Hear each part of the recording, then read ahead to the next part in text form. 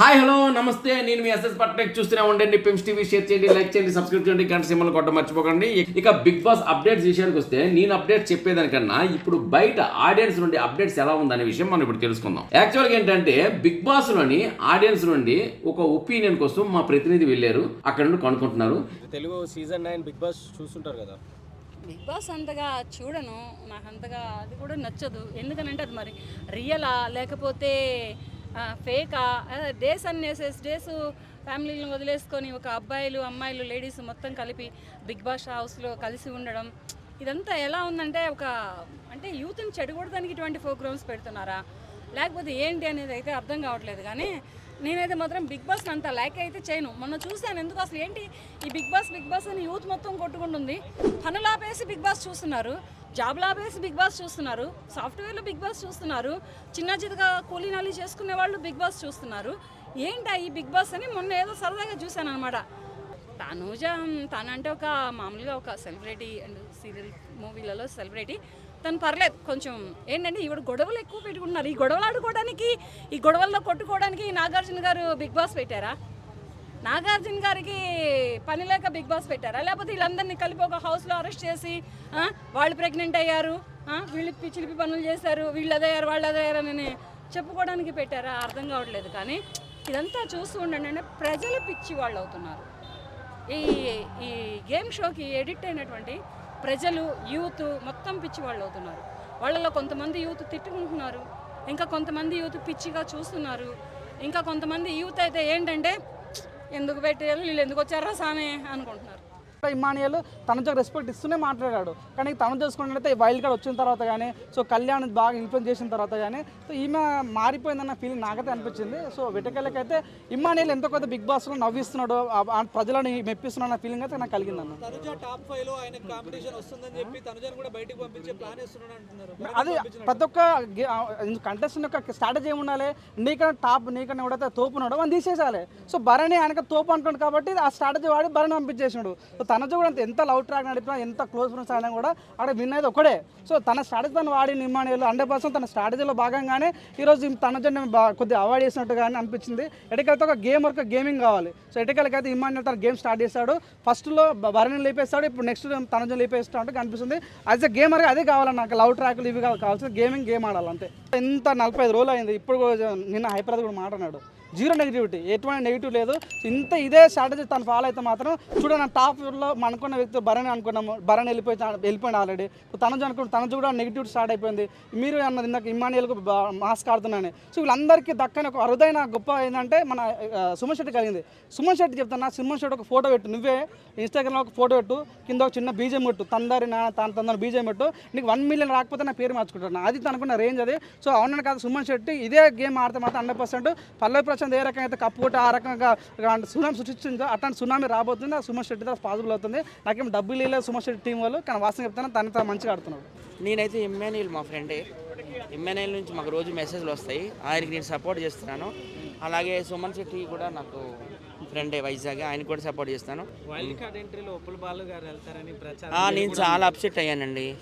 బాలుకి రావాలని నేనైతే కోరుకున్నాను. ఇప్పుడు ఎంతమంది అయితే అక్కడ ఉన్నారో ఆర్టిస్టులు, వాళ్ళందరి ర్యాంక్తో పోలిస్తే ఉప్పల బాలు ర్యాంకే ఎక్కువ. చాలా మంచి వ్యక్తి తను. ఈ మధ్య మంచి బెస్ట్ కాంప్లిమెంట్స్ కూడా వస్తున్నాయి ఆయనకి అందరి వైపు నుంచి కూడాను. ఫ్యామిలీ కోసం కష్టపడతాడు. అలాగే అదేంటది బెట్టింగ్ యాప్స్కి ప్రమోట్ చేయలేదని మంచి పేరు వచ్చింది ఈ మధ్యన. అలాగే ఒక దీనికి కూడా బ్రాండ్ అంబాసిడర్ అయ్యిండు మా కిస్మత్ మండికి. సో ఇంత ఇది సరిపోదా మా నాగార్జున గారు కానీ నేను అడుగుతున్నా, ఎందుకు ఇవ్వడం లేదు? ఇవ్వాలి కదా. మా టీంలో కూడా చాలా మంది ఉన్నారు. బషీర్ మాస్టర్, ఉప్పల వాళ్ళకి ఇవ్వాలి. మా టీవీ వాళ్ళు కన్నడ బ్యాచ్కి, సీరియల్ వాళ్ళకి ఎక్కువగా సపోర్ట్ చేస్తున్నారంటే అదే అంటున్నాను కదా. మా టీవీ వాళ్ళు ఏంటో మరి ఎప్పుడు కన్నడిగాస్కే సపోర్ట్ చేస్తారు, విన్నర్స్ కూడా చేస్తారు. నాకు అర్థం కావడం లేదు. మొత్తం వాళ్ళే యాంకర్లు అంట, అన్నీ వాళ్ళే అంట, మొత్తం వాళ్ళే టీవీ సీరియల్స్ అందరూ. ఎవరు వైల్డ్ ఇప్పుడు హౌస్లో ఉన్న వాళ్ళంతా లేడీస్ కార్నర్ అయిపోయి జెంట్స్ ఎవరు గేమ్లో కనిపించట్లేదంటే ఏమంటారు? అట్లా అనిపిస్తుంది. ఈసారి అయితే లేడీస్ విశ్వరూపం చూపిస్తున్నారు. దువ్వాడ మాధురి గారు కావచ్చు, సంజన గారు కావచ్చు, లేడీసే విశ్వరూపం చూపిస్తున్నారు. మరి 9 కదా, ఈ 9లో ఎవరు కూడా విన్ కాలేదు ఇప్పటిదాకా. శ్రీముఖి ఫైనలిస్ట్ అయింది, గీతా మాధురి సింగర్ కూడా ఫైనలిస్ట్ అయింది. కానీ తర్వాత ఎవరు కూడా ఫైనలిస్ట్ వరకు వెళ్ళలేదు, సెకండ్ ప్లేస్ కూడా రాలేదు. సో ఈసారి మహిళలు తప్పకుండా గెలుస్తారని నేనైతే ఆశిస్తున్నాను. సుమన్ శెట్టికి గేమ్ డల్గా ఉన్న కానీ పబ్లిక్ సపోర్ట్ ఆయనకి బాగుంది. ఓటింగ్లో చూడండి ఆయన ఎప్పుడు టాప్ పొజిషన్ ఉంటున్నాడు. ఇప్పుడైతే ఈ మధ్య బాగా దూసుకెళ్తున్నాడులే. అంటే ఫస్ట్ కొన్ని రోజులు పడుతుంది కదా అర్థం చేసుకోవడానికి. ఇమాన్యుయల్ గేమ్ చేంజ్ చేశారు, బర్నీ గారు బయటకు వచ్చిన తర్వాత అంటున్నారు. ఇమాన్యుయల్ అయితే ఎప్పుడు జెన్యున్గానే ఆడతాడు. బయట ఎట్లా ఉంటాడో మా అందరితో లోపల కూడా అట్లానే ఉన్నాడు ఆయన. ఆయన కన్నింగ్ చేయడం అది ఏం తెలియదు, అందుకే ఆయన కూడా కెప్టెన్ అయ్యాడు కదా. ఎవరైనా ఎలిమినేట్ అవ్వాలని నేను కోరుకోను.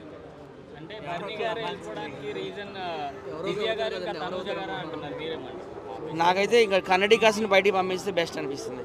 ఎందుకంటే వాళ్ళు మన కోసం, తెలుగు వాళ్ళ కోసం వాళ్ళు మొన్న ఒక మినిస్టర్ చూడండి ఇక్కడ ఐటీ మినిస్టర్, ఆయన ఏమంటుండంటే మొత్తము కర్ణాటకలో బెంగళూరులో ఉన్న సాఫ్ట్వేర్ కంపెనీలో తెలుగు వాళ్ళందరూ మొత్తం నిండిపోయినారు అంటున్నాడు.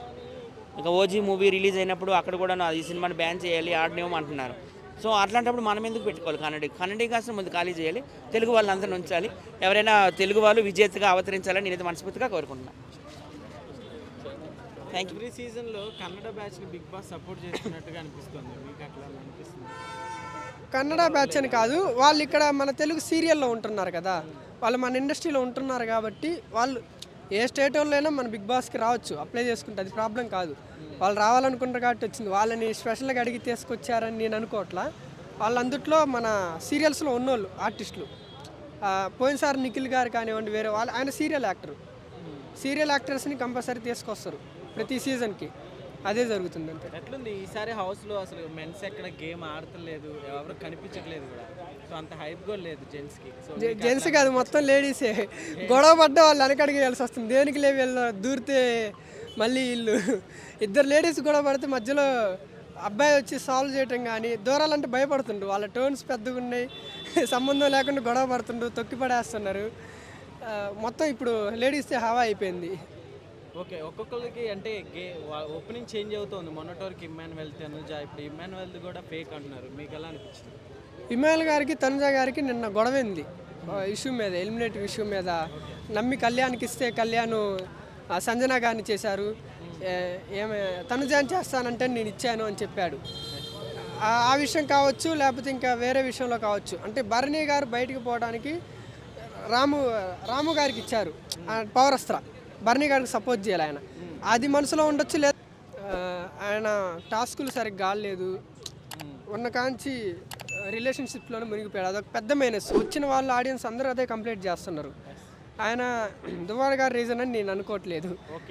ఇదండి బయట నుండి ఆడియన్స్ నుండి వచ్చిన అప్డేట్స్. మరిన్ని అప్డేట్స్తో మళ్ళీ నేను మీ ముందుంటాను. అంతవరకు సెలవు, నమస్కారం. మీ ఎస్ఎస్ పట్నాయక్. చూస్తూనే ఉండండి పెమ్స్ టీవీ. షేర్ చేయండి, లైక్ చేయండి, సబ్స్క్రైబ్ చేయండి, గంట సింబల్ని కొట్టడం మర్చిపోకండి.